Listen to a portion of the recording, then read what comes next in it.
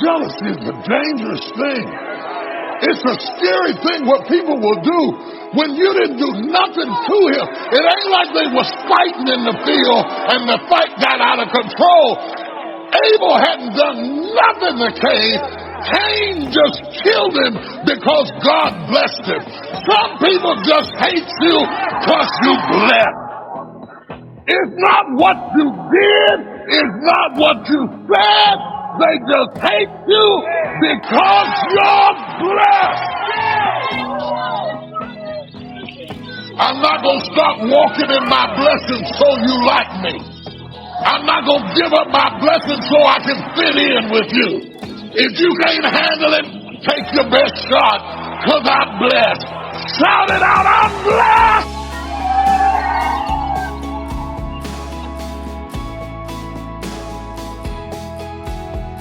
You don't have to be popular to be powerful. I ended up going to dinner with, becoming friends with, eating with, fellowshipping with people who started out hating me. I had the capacity to withstand their hatred and the capacity to embrace their friendship. I understood that time defines you. Some people will understand you later. I didn't have the help I needed.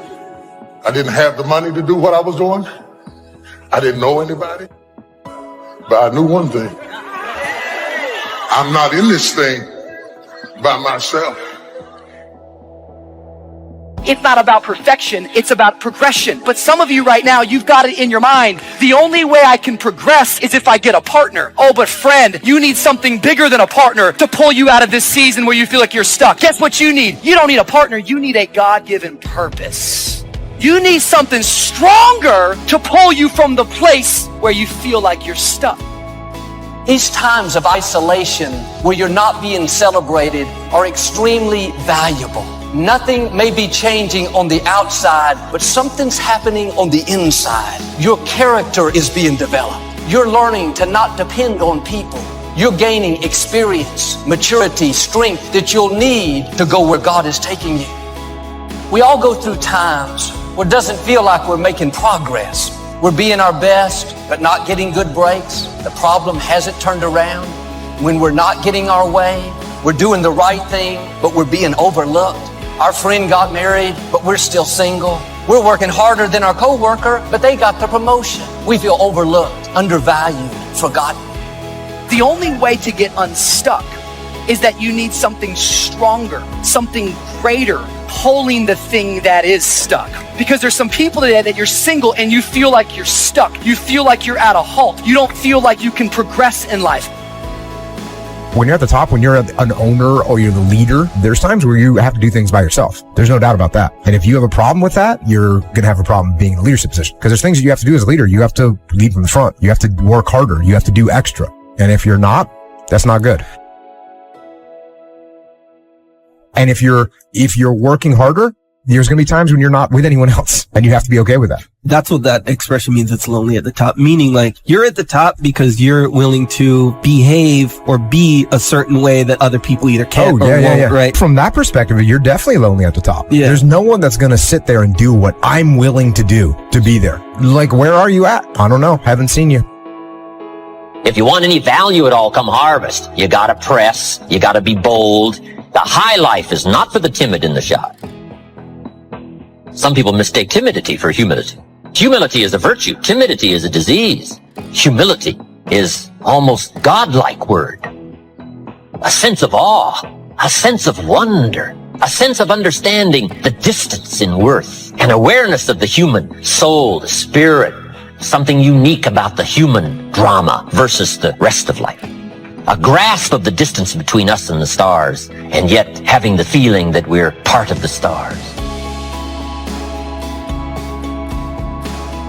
Now you may be in a season of silence. You feel like you're hidden, but the silence doesn't mean God has forgotten about you. He's heard every prayer.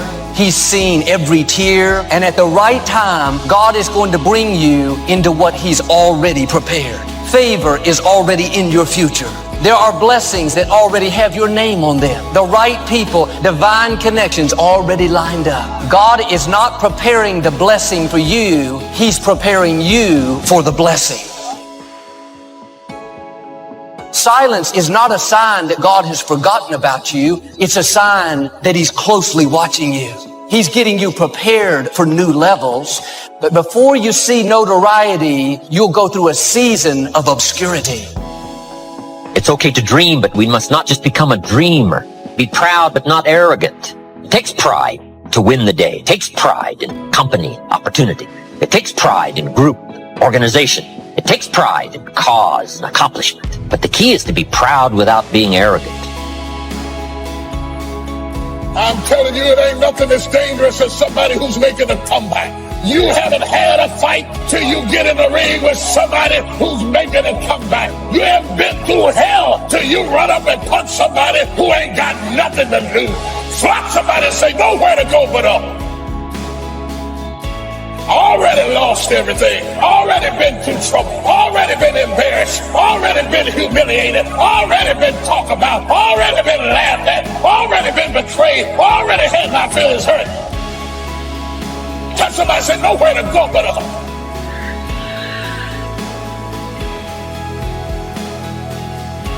This is what I found out being a professional alone person. It's okay to be alone. I get over 1,000 messages every single day. And a lot of people write to me saying, Ralph, I just can't seem to find anybody I can get on with. And I don't like it. It's okay to be alone. The reason why a lot of people experience a lot of loneliness is because they are in resistance to being alone. Because being alone is frightening for the majority of the human race. You got to be with yourself. You got to go within. A lot of stuff is going to come out. That's why a lot of us, we want to always be with friends. But if you continue just to follow the crowd, you will only go as far as the crowd. And I think we live in a world that doesn't know the difference between the public moments and the private moments. I think we're increasingly becoming, and this is just my old man rant, so please let me do it right now, because like I said, I'm a parent now, and I'm so scared for my kids who are growing up in a world where now they're growing up publicly. Everybody has their own broadcast journalism degree called Twitter. Everybody has a license to express their own opinion. And the phrase that got me is what his brother said. They want to convince him. They say, you got to get out of Galilee. This is too remote. This is not the right place for you to become a public figure. You can start to make a new stretch today. You can sign up for some new classes today. You can start engaging in constructive thinking today. You can make some life-changing decisions today. So you don't ever have to be the same again, only by choice. And while you wait for prices to come down, I would go to work immediately and quickly on the refinement of your own thinking and the refinement of your own disciplines, and watch how quickly the equity of that starts to grow. Now, this is called dealing in straight talk. Let's go do it. If you want the audacity to be successful, don't you understand the crap that comes along with that? Like, I wanted the audacity to be in shape. It's come with a lot of crap. It's been a lot of work. You deal with it because it's a very small price to pay for all the phenomenal stuff that you headline read and you aspire to and you dream for. The problem is most of you don't want to eat that shit to get there.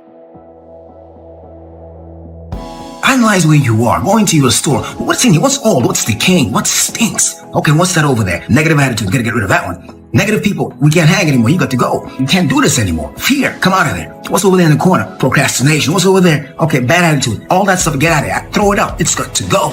And what do I need? What do I need to get me from where I am to where I need to go? What do I need? Okay, I need more people who dream like me, who think like me, who can stretch and grow like me. I got to surround myself with more people like that. All right, good. And I need more confidence here. I need to develop more belief in my ideas and in my plans. I've got to do that. What else do I need to get to where I need to get to survival, to live? What do I need? Okay, I'm going to a new place. I need new skills. So this is what it is, inventory. Throw out what you don't need and what you need. You got to get going. You got to take action. The disciplines is the miracle process. And here's how to get the miracle of your future going as far as disciplines are concerned. Number one, do what you can. You might go home and set a whole new pace for yourself, and we call it cleaning up neglect. Should walk around the block, could walk around the block for your good health. Don't walk around the block. See, you're on the wrong track. Should read, could read, don't read. On the wrong track. Should call, could call, don't call. On the wrong track. Could change, should change, don't change. You're on the wrong track. Letters you haven't written, conversations you haven't had with your family, somebody you should sit down with when you get back home, get that job done. Don't let neglect destroy your days, destroy your life, and destroy your future. Go back and do what you can. Here are the 3 components that will allow you to create the mental habit of being happy the majority of the time and winning in every circumstance that you encounter. The first aspect of this is to not allow any outward experiences to influence you about how you think about yourself. You do this by changing the way that you react to circumstances. Instead of being a participant in the circumstance, be apart from it. Let's say you're a salesperson, and you make sales and you create commissions for a living. And you just spent the last 3 months of your time and money putting together a major deal, and it's just getting ready to close when your prospect backs out at the last minute. Your commission was big bucks, and you see it all going down the drain before your very eyes. And you say to yourself, I just knew this was a lousy business. Why did I ever go into this business in the first place? People are rotten. Now I have to start all over again. Whoa, wait a minute, time out. Stand outside of this picture for a moment. The circumstances are that the deal fell through, but how you react to it will have everything to do with your happiness and the success of future deals. Instead of moaning and feeling helpless, make a conscious habit of reacting aggressively and positively towards threats and problems. Don't let it affect you personally. It's just another deal in a world that's full of deals. Move on to the next one. You've got to be a dreamer. You've got to see the future finished in advance. You've got to see California while you're climbing 14,000-foot peaks. You've got to see the finish line while you're running the race. You've got to hear the cheers when you're in the middle of a monster project. And you've got to be willing to put yourself through the paces of doing the uncomfortable until it becomes comfortable. Because that's how you realize your dreams. Our great country was founded with dreams. They've always been important. Dreams are what caused thousands of people to leave their homes and families and start over in a land where anything was possible. To this day, dreams continue to bring people to our land of opportunity. To a country where you can start with little and end up with a lot. To America. Don't you sometimes wonder why so many immigrants who come to America can build a new life and a fortune while many of the people who were born here are barely surviving? They have a dream, a defined goal, ambition. You know, for 20 years, I looked for the key which would determine what would happen to a human being. Was there a key I wanted to know which would make the future a promise that we could foretell to a large extent? Was there a key that would guarantee a person's becoming successful if he only knew about it and knew how to use it?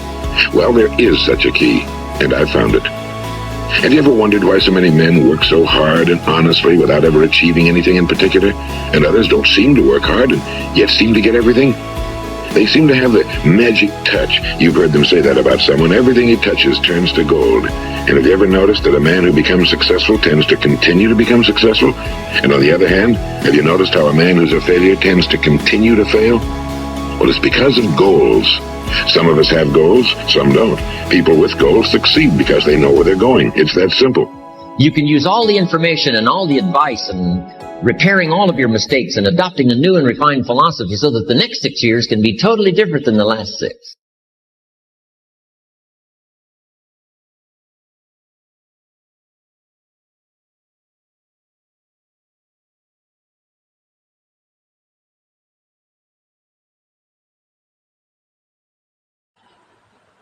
Hey there, welcome to my channel Dailykeymotivation 2024. Today's speech: jealousy is a dangerous thing. It is secret thing. what people will do when you died don't nothing to him it ain't like they was fighting in the fields and the fight got out of control. Abel hands down. Nothing to see. Cain just killed him because God bless him. Some people just hate you cause you believes it is not what you died is not what you said just hate you because you are Elebus, blessed, I am not going to stop working in my blessing. So you like me, I am not going to give up my blessing so I can fight with you if you can handle it. Take your best shot, 'cause I am bleeding shot in out I am.